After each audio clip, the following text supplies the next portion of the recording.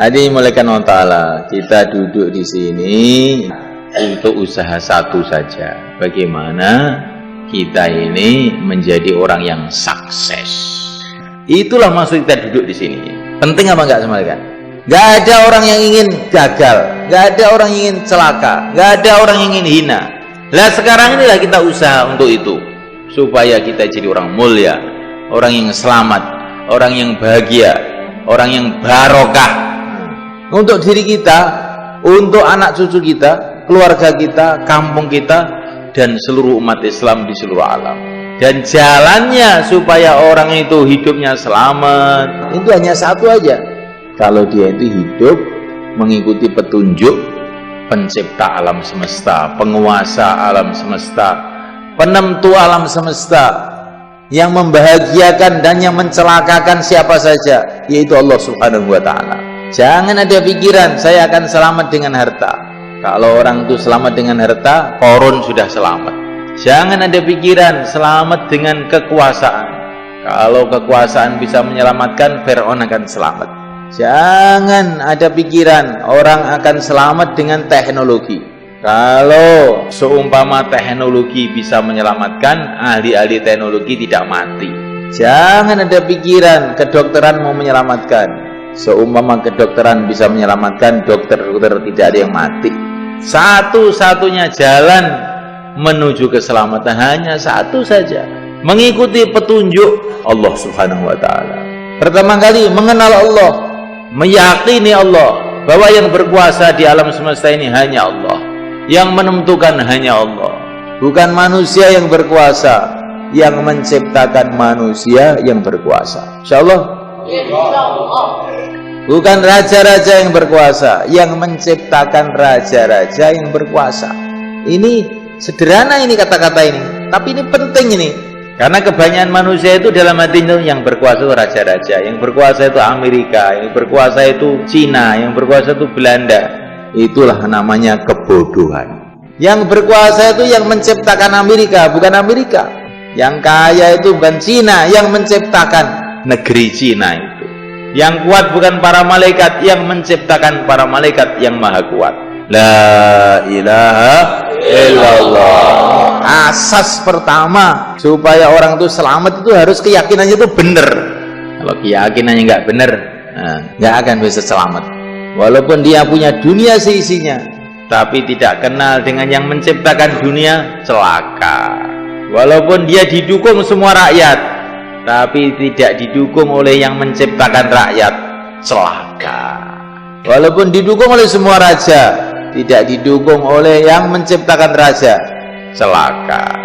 Walaupun punya dunia seisinya, tapi dia tidak punya hubungan dengan yang punya dunia, yang menciptakan dunia, mesti celaka. Pasti, bukan mungkin, pasti celaka.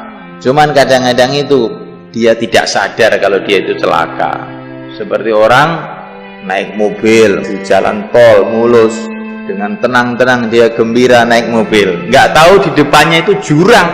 Saya aman, saya sukses. Tunggu sebentar lagi, blok, wah sudah memet.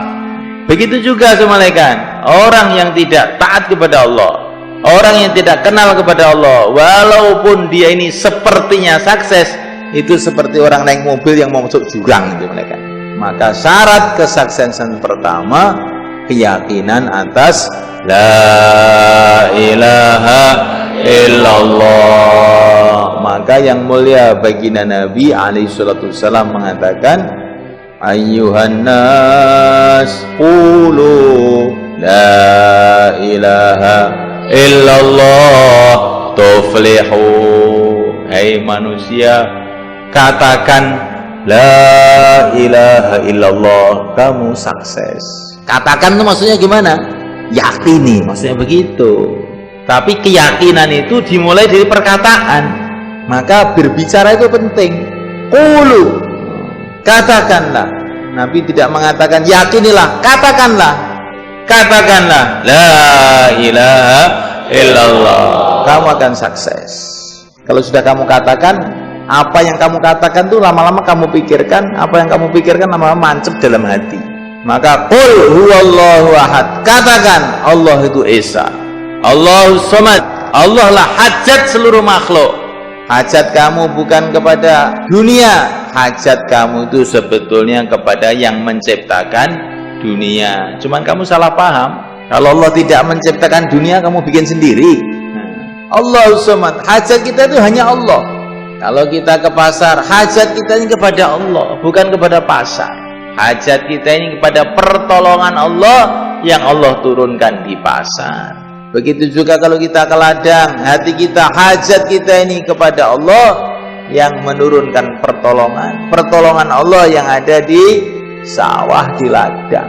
Kalau Allah tidak tolong kita di sawah, di ladang, akan buntu semua jalan. Tapi ini jangan diam aja. Qul, katakanlah, jangan diam. Allah satu, Allahus Samad, Allah lah hajat kita, tempat bergantung kita. Katakan. Karena Al-Quran mengatakan qul, Nabi juga mengatakan qulu, katakan. Kok kamu dengar tok, berarti kamu tuh belum menjalankan Al-Quran. Gawat nggak? Gawat, diperintah belum menjalankan. Jangan pura-pura diem, tahu-tahu ngantuk. Kita harus ngomong. Lesan itu kuncinya hati, kata para ulama. La yastaqimu imanul mar'i hatta yastaqima qalbuhu, wa la yastaqimu qalbuhu hatta yastaqima lisanuhu. Atau kama qala Rasulullah sallallahu alaihi wasallam. Iman orang itu tidak akan lurus kalau hatinya belum lurus. Hati tidak akan lurus kalau mulutnya belum lurus. Kesimpulannya, kalau mulut lurus, nanti hati lurus. Kalau hati lurus, iman lurus. Maka katakan la ilaha illallah. Yang berkuasa hanya Allah, yang menentukan hanya Allah. Panas bukan dari matahari, dari yang menciptakan matahari. Mati bukan dari penyakit, dari yang menciptakan penyakit. Loh, ini penting ini, sehingga kita ini di mana saja hatinya kepada Allah.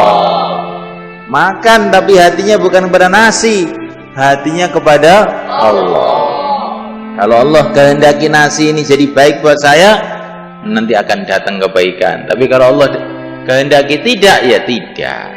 Maka mau makan di depan nasi, doa Allahumma barik lana fima razaqtana wa qina adzabannar.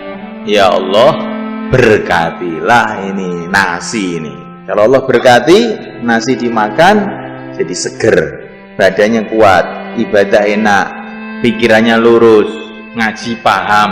Ini makanannya barokah. Ya kalau makanannya nggak barokah, dimakan perutnya kembung, terus dengarkan ngaji ngantuk, inginnya maksiat aja. Ini makanan tidak barokah. Maka ini orang yang merasa ngantuk waktu ngaji ini, coba kamu renungi, tadi makannya pakai doa enggak? Loh, tadi saya sudah pakai doa loh Pak Kiai, tapi tidak sungguh-sungguh. Kalau sungguh-sungguh nggak ngantuan seperti kita ini, insya Allah. Dan terus paham, ngaji itu paham. Maka makan hatinya kepada Allah, minum hatinya kepada Allah, ketemu anak, ketemu istri, hatinya kepada Allah. Assalamualaikum, semoga kamu selamat. Selamat dari apa? Selamat dari macam-macam, termasuk selamat dari dosa. Nanti kalau istri kita ketemu assalamualaikum, dia diselamatkan oleh Allah dari macam-macam musibah, termasuk ngomel itu kan musibah itu mereka. Nah, masa perempuan ngomelin suaminya? Dosa itu. Nah, sebabnya apa? Sumbernya karena suaminya kalau ketemu nggak pernah mengucapkan salam. Hatinya tidak kepada Allah, hatinya kepada istri. Akhirnya Allah hukum istrinya kayak bebek. Siapa yang salah? Saya. Insya Allah, kan? Jangan nyalahkan istrinya dulu, salahkan saya. Ya, saya sudah salam baru sekali, tidak salamnya sudah 10 tahun. Sekarang tobat, ketemu keluarganya, assalamualaikum. Hatinya kepada Allah. Mau tidur, hatinya kepada Allah. Bismikallahumma ahya wa bismika amut. Dengan namamu ya Allah, aku tidur, aku bangun. Ya, hatinya kepada Allah. Ini adalah praktek iman itu seperti itu. Jadi iman itu dipraktekkan dalam kehidupan itu. Prakteknya gimana? Menghadapi apa saja hatinya kepada Allah. Maka dalam satu hadis dikatakan hasbunallah amanun likulli khaif, atau kama qala Rasulullah sallallahu alaihi wasallam. Hasbunallah itu adalah keamanan bagi setiap orang yang khawatir. Maka Nabi Ibrahim menghadapi Namrud, menghadapi apa? Hasbunallah wa ni'mal wakil. Akhirnya aman. Kalau kita ada khawatir-khawatir, hasbunallah wa ni'mal wakil. Kalau mau buat apapun, bismillah. Bismillah itu maknanya saya buat perkara ini minta tolong kepada Allah. Barang siapa memulai kerjanya dengan bismillah, Allah akan berkati pekerjaannya itu. Ngaji bismillah. Barang siapa kumpul istrinya baca bismillah, nanti kalau jadi anak, anaknya tidak bisa disesatkan oleh syaitan. Makanya ulama-ulama Pakistan itu kalau melihat santri ngantuk aja ngaji, ini bikinnya tidak pakai bismillah ini. Nah, terus bagaimana sudah terlanjur jadi ini? Ya sekarang aja baca bismillah yang banyak. Dulu orang tuanya lupa. Jadi kalau anaknya itu ngantuan tuh jangan disalahkan anaknya dulu. Mungkin lupa ini dulu itu, nggak baca bismillah. Jadi semulaikan Allah SWT, ini penting, ini iman nih semulaikan. Nah ini kita ulang-ulang, hari-hari kita bicarakan sampai kita mati dengan la ilaha illallah. Inilah kesuksesan.